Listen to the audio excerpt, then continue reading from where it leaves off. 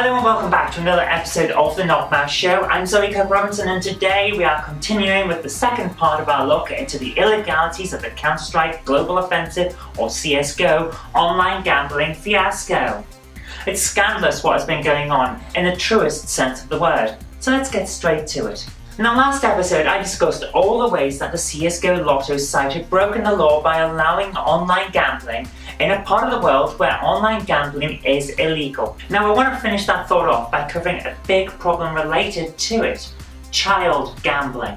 Now, as with many gaming channels on YouTube, Team Martin and Pro Syndicate have significant child audiences. Kids who can't afford to buy and play certain games will flock to Let's Players in order to experience the game vicariously. And there's no problem with that. However, that's not the only way that kids are using YouTube for games. They also follow players of the games that they play themselves, sometimes to get tips, but just as much because they want to be part of that game's community, and YouTube is often where that community can be found. What's that got to do with the CSGO Lotto? Well, when members of the Counter-Strike community start running lots and lots of videos about how they are gambling their skins on a certain website, the kids in their audience are going to see that as something that they can do too, and that's not okay, guys.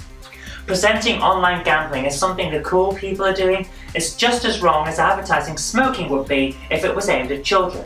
Now, the FTC, that's the Federal Trade Commission in the US, which oversees advertising and other aspects of trade, has guidance for advertising to children. Their guidance states that any advertising to children will be viewed from the child's point of view, not the adults making the adverts. So let's look at this from a child's point of view. Now, we have two skilled Counter-Strike players with huge online followings, both gambling on a website. These players are making that online gambling seem pretty safe and very easy. Moreover, they aren't gambling for money, they're gambling for skins, and although we have already covered that skins count as casino chips, i.e. they are a stand-in for money, in a child's mind, those skins aren't money. They're just skins, they're just something that's in the computer game. In other words, this isn't looking like gambling to a child, it's looking like a game where they could win some rare skins. The CSGO Lotto site is therefore on very, very shaky ground with regard to the FTC Act. We have two people who are essentially in a position of trust, openly abusing that trust. I'd expect the FTC to come down hard on these guys. Oh, and before you try to argue that they didn't know they were advertising to children, we know damn well that they knew this was advertising, because they've been making non-apologies about how they're supposedly sorry for deceiving people, so we are covered on that aspect. They are aware that these videos were adverts for their site, but what about the advertising for children part? How can we know that they knew that children were watching? Well, that's simple. They look at their demographics. If you have a YouTube account that is monetized, you get to see the demographics of the people that watch your videos. Here's a quick look at my own demographics. Now I've covered up the precise number of people who look at my channel because I don't want to fall foul of Google's rules on sharing analytics details, but the important information for what we are actually looking at here is still visible. Look at that young demographics part that I've highlighted there. See how the numbers are broken down by both country and age range? That's how they know that they were advertising to kids. Anyone who's making a living from YouTube, even a small living, is looking at their demographics because it's part of how you make sure that you're making the best content you can for the audience that you are going after. They must have seen those numbers, and even if they claim that they didn't, they should have seen them. The information was available to them, and the law is clear on advertising to children. So they either saw that information and ignored it, which is stupid, or they didn't even bother availing themselves of the information before making videos advertising gambling, which is even more stupid. Also, websites that advertise to children and websites that advertise to everyone but who know that children will be a large part of their audience must abide by the rules of the Children's Online Protection Act and get parental consent before using a child's personal information. The CSGO Lotto website needs your Steam account linked to it before you can gamble in order to send and receive skins. Does a Steam account come under personal information for the purposes of the Children's Online Protection Act? Very likely so. For that act, the term personal information includes such things as your email address and even your list of hobbies, so you can be sure that linking a Steam account is going to be covered. But did the site itself advertise to children? Or was it just Team Martin and Pro Syndicate acting on their own?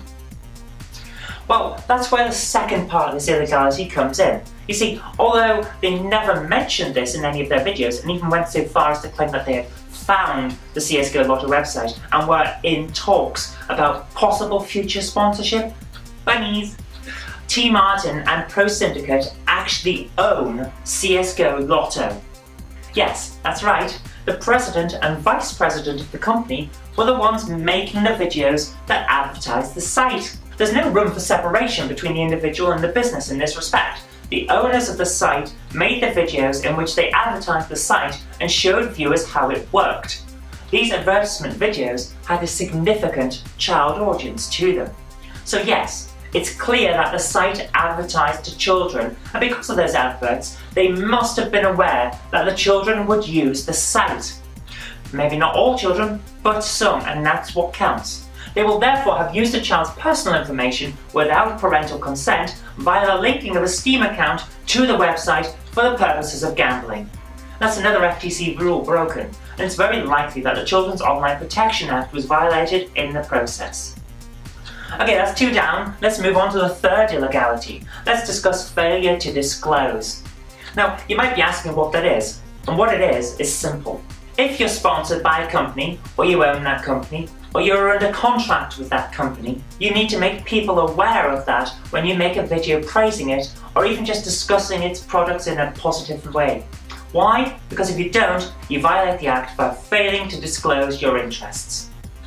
T Martin and Pro Syndicate own CSGO Lotto. They are the president and vice president of the company.